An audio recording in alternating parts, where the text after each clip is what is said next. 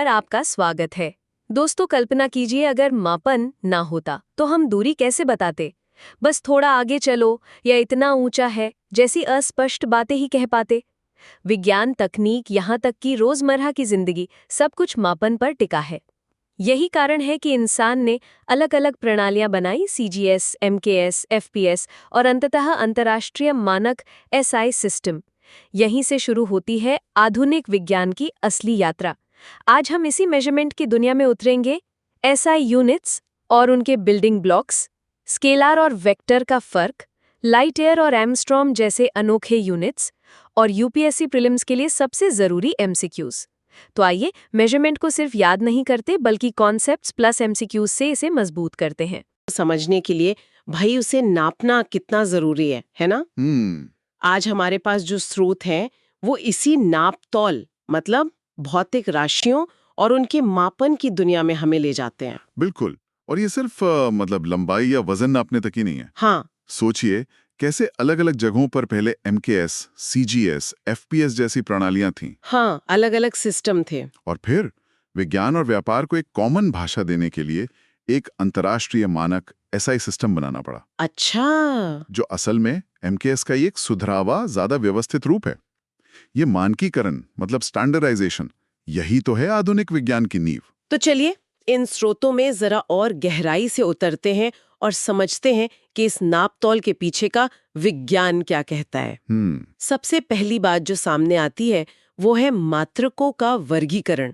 मूल मात्रक यानी फंडामेंटल यूनिट्स और व्युत्पन्न मात्रक डिराइव्ड यूनिट्स, ये क्या है? देखिए, मूल मात्रक वो हैं जो अपने आप में पूरे हैं, स्वतंत्र, किसी और पर निर्भर नहीं। अच्छा। जैसे वर्णमाला के अक्षर होते ना, हाँ। अ, ब, स। वैसे ही एसआई सिस्टम में ऐसे 7 मूल मात्रक हैं। लंबाई के लिए मीटर, वजन के लिए किलोग्राम, समय के लिए सेकंड, और ऐसे ही करंट के लिए एम्पियर, तापमान के लिए केल्विन, चमक के लिए कैंडेला और पदार्थ की मात्रा के लिए मोल। अच्छा, तो ये बेसिक्स है। हाँ, ये बिल्डिंग ब्लॉक्स हैं। और जैसे अक्षरों से शब्द बनते हैं, वैसे ही इन मूल मात्रकों से बनते हैं व्युत्पन्न मात्रक। अच्छा, जैसे कि मान लीजिए बल का मात्रक न्यूटन या ऊर्जा का जूल, ये सब इन्हीं मीटर, किलोग्राम, सेकंड वगैरह से ही मिलकर बने हैं। एकदम सही। न्यूटन जो कि केजी पर एम एस स्क्वायर है, या जूल जो केजी पर एम स्क्वायर एस स्क्वायर है, ये सब इन्हीं मूल इकाइयों के जोड़ तोड़ से, गुणा भाग से बनते हैं। और हाँ, 2 खास कोणों के लिए भी मात्रक हैं। समतल कोण के लिए रेडियन और ठोस कोण के लिए स्टेरेडियन।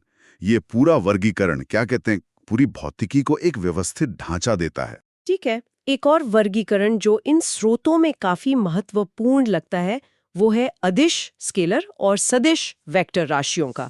इसमें क्या खास बात है? अदिश राशियों में देखिए, सिर्फ कितना ये मायने रखता है, मतलब परिमाण, सिर्फ वैल्यू। हाँ, सिर्फ वैल्यू, जैसे दूरी, चाल, ऊर्जा, आयतन, तापमान या घनत्व। इनको आप साधारण गणित के नियमों से जोड़ सकते हैं। 5 किलो प्लस 2 किलो बराबर 7 किलो, सीधी बात। ठीक है। लेकिन सदिश राशियों के लिए कितना के साथ साथ किस दिशा में, ये भी उतना ही जरूरी है। अच्छा, डायरेक्शन भी। हाँ, डायरेक्शन भी, जैसे विस्थापन, वेग, बल या त्वरण। तो मतलब अगर दिशा बदल दी तो सदिश राशि की पूरी कहानी ही बदल जाएगी। बिल्कुल। सोचिए, दाब, प्रेशर एक अदिश राशि है। पानी के अंदर आप हैं तो दबाव हर दिशा से बराबर लगता है ना। हाँ। लेकिन बल सदिश है। आप दरवाजे पर धक्का किस तरफ लगा रहे हैं, अंदर या बाहर, इससे जमीन आसमान का फर्क पड़ जाता है। सही बात है। इनको जोड़ने के लिए साधारण बीजगणित काम नहीं करता। उसके लिए त्रिभुज नियम जैसे खास तरीके लगते हैं। ये दिलचस्प है। अच्छा, कुछ और अनोखे मात्रकों का भी जिक्र है इन स्रोतों में, जैसे प्रकाशवर्ष। अक्सर लोग इसे समय का मात्रक समझ लेते हैं। हाँ हाँ, ये बहुत आम गलतफहमी है। प्रकाश वर्ष यानी लाइट ईयर असल में दूरी का मात्रक है। दूरी का? हाँ, वो दूरी जो प्रकाश 1 साल में तय करता है।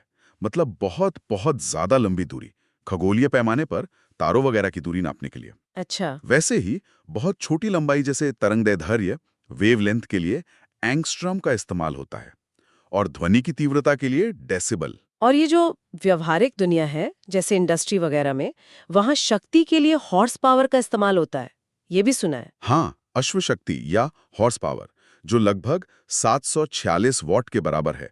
आज भी बहुत सी मशीनों की इंजनों की ताकत बताने के लिए इसका इस्तेमाल होता है। और एक और दिलचस्प बात यह है कि कार्य और ऊर्जा दोनों का SI मात्रक एक ही है, जूल। अच्छा, दोनों का जूल। हाँ, और कुछ राशियां ऐसी भी हैं, जैसे सापेक्षक घनत्व रिलेटिव डेंसिटी, जो असल में दो समान राशियों का अनुपात होती हैं। तो उनका कोई मात्रक ही नहीं होता, वो बस एक संख्या होती हैं। समझ गए। अच्छा, इन सबको नापने के लिए भी तो कमाल के उपकरण हैं, जैसे सोनार का जिक्र है। सही कहा, सोनार। ये दरअसल पराश्रव्य तरंगे मतलब अल्ट्रासोनिक वेव्स इस्तेमाल करके समुद्र में डूबी चीजों की दूरी और उनकी स्थिति पता लगाता है। तो ये दूरी नापता है? हाँ, दूरी और दिशा दोनों। तो एक तरह से ये सदिश जानकारी देता है। वैसे ही लैक्टोमीटर है, वो दूध का घनत्व मापकर उसकी शुद्धता बताता है। ये अदिश राशि हुई। हाँ। और स्फिग्मोमैनोमीटर से हम ब्लड प्रेशर मापते हैं, दाब, जो फिर से अदिश है। यहाँ तक कि पॉलीग्राफ जैसा यंत्र भी है, जिसे लाई डिटेक्टर कहते हैं। वो भी तो शारीरिक प्रतिक्रियाओं जैसे धड़कन, सांस, पसीना, इनको मापकर सच झूठ का अंदाजा लगाने की कोशिश करता है। सब मापन ही है। तो कुल मिला के हमने देखा कि कैसे ये मूल मात्रकों से शुरू होकर पूरी भौतिक दुनिया को नापने का एक बहुत ही व्यवस्थित तरीका बना हुआ है, और कैसे अदिश और सदिश का फर्क बहुत मायने रखता है। बिल्कुल। और ये जो अलग-अलग उपकरण हैं, ये हमें इन राशियों को सटीक संख्याएं देने में मदद करते हैं। और यही सटीकता और मानकीकरण मतलब स्टैंडर्डाइजेशन विज्ञान और तकनीक की तरक्की के लिए बेहद बेहद जरूरी है। जाते जाते एक सवाल मेरे दिमाग में घूम रहा है। स्रोतों में ये जिक्र है कि लंबाई की सबसे छोटी इकाई जो हम जानते हैं वो फेम्टोमीटर है, 10⁻⁻15 मीटर, और सबसे बड़ी पार्सेक, करीब 3.26 प्रकाश वर्ष।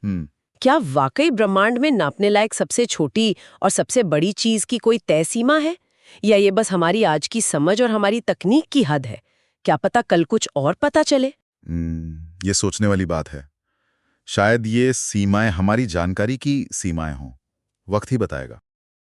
समझने के लिए भाई उसे नापना कितना जरूरी है ना? आज हमारे पास जो स्रोत हैं वो इसी नाप तौल मतलब